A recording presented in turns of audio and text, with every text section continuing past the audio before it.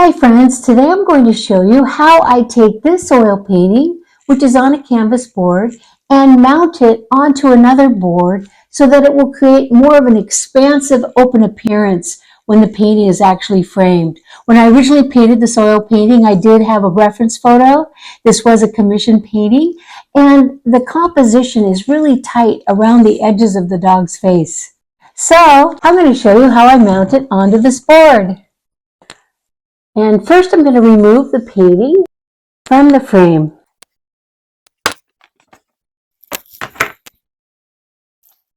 Mounting this canvas panel painting onto this larger board will create a beautiful presentation and an elegant gallery-style finish. The painting I'm working with today is an oil painting, and it was created on a canvas panel. Mounting it onto a larger panel not only prepares it for framing, but it also gives it a more substantial professional look. The board that I'm going to mount the canvas panel onto today is actually just a larger canvas panel. And before I mount it, I want to prepare the surface with several coats of acrylic paint. Right now the surface is a gesso surface, and I want the surface to be easy to clean, easy to get dust off. So I'm going to prepare it by applying several coats of acrylic paint. This is the first step. I do apply several coats, and each coat is allowed to dry thoroughly. What we're aiming for is a smooth, sealed, durable surface that will remain stable under the mounted painting. The next step is to apply 1 or 2 coats of a clear drying acrylic medium like this isolation coat. You can also use matte medium or a gloss medium. All of those will work just fine, but today I think I'm going to use the gloss medium. I apply several coats of this acrylic gloss medium, and this step really is important. It helps seal and protect the surface from any dust, dirt, or scratches that may occur over time. I allowed the clear gloss medium on the canvas panel to dry for over 24 hours. I really want it good and cured. So now the next step is to mount the painting onto the panel. But first we need to measure it. We definitely want it to be square in the center. I also want to point out that I have already varnished this oil painting. I did it about a week ago, and I used the Gamvar brand gloss varnish, and that I think will go beautifully with the glossy surface of the canvas board that I'm mounting the painting to. Once I'm happy with the placement, I mark the outer edges using tape. This creates a visual guide and makes positioning incredibly easy. This little trick helps avoid misalignment, and the tape removes cleanly once everything is mounted. And the kind of tape I use is like a painter's tape. It's the type of tape that removes easily.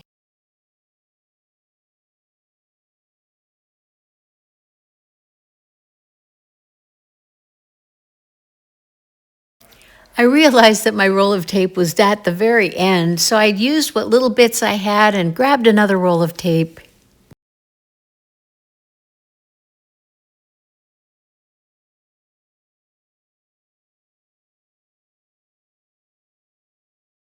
For mounting my canvas panel, I use acrylic gloss gel medium as my adhesive. I apply a generous, even coat within the taped area. You want enough medium to create a strong bond, but not so much that it squeezes out excessively. Gloss gel medium works beautifully for this because it dries clear, remains flexible, and creates a very secure hold. Now using this rubber painting spatula, I even out the gel medium. These are great tools, and if you haven't picked one up yet, I highly recommend having one. And as you can see, I also scrape the glue off the tape. I don't want an uneven edge or ridge underneath my canvas panel. I also apply a thin coat to the back side of my oil painting.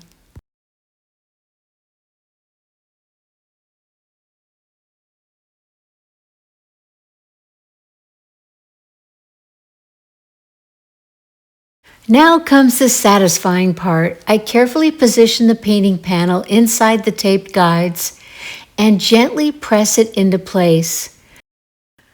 And now, of course, I want it to dry, but I want it to dry evenly. So I'm going to weight down the surface on top of the oil painting. And I want to protect the face of the oil painting. So I'm going to use a glossy surface paper, such as this palette paper. And I am so sorry my mic wasn't working, but I'll just do a voiceover over this part. So as you can see, the surface is very glossy, and mind you, my oil painting is definitely dry to the touch, so I have no fear about this sticking to the surface of the oil. Another type of paper you can use is this freezer paper. It's equally glossy, and I've used it in place of palette paper. It works very well, and you can usually purchase this at your local chain grocery store. So now I place the paper on top of the painting, glossy side facing the painting. I apply even pressure across the surface. This ensures full contact between the panels and would eliminate any air pockets. Placing the book on top just adds a little bit more pressure. I want everything to dry evenly underneath. And I will allow this to dry for 24 hours. I'm so excited to see this. It's been 24 hours. So removing the book I used as a weight and removing this paper. There you have it. So just to see, there's a little edge here, of course, because this is sitting on top of this canvas board, but it's actually glued down really, really well. You can see all the sides. And I did paint the sides of the canvas panel. I wanted it to have a really clean look and be a dark color that complemented the painting. And now this painting is ready to frame. I'm so excited to give it to my client. All I need to do is put it in the frame, wire the back, and it's ready to hang on her wall.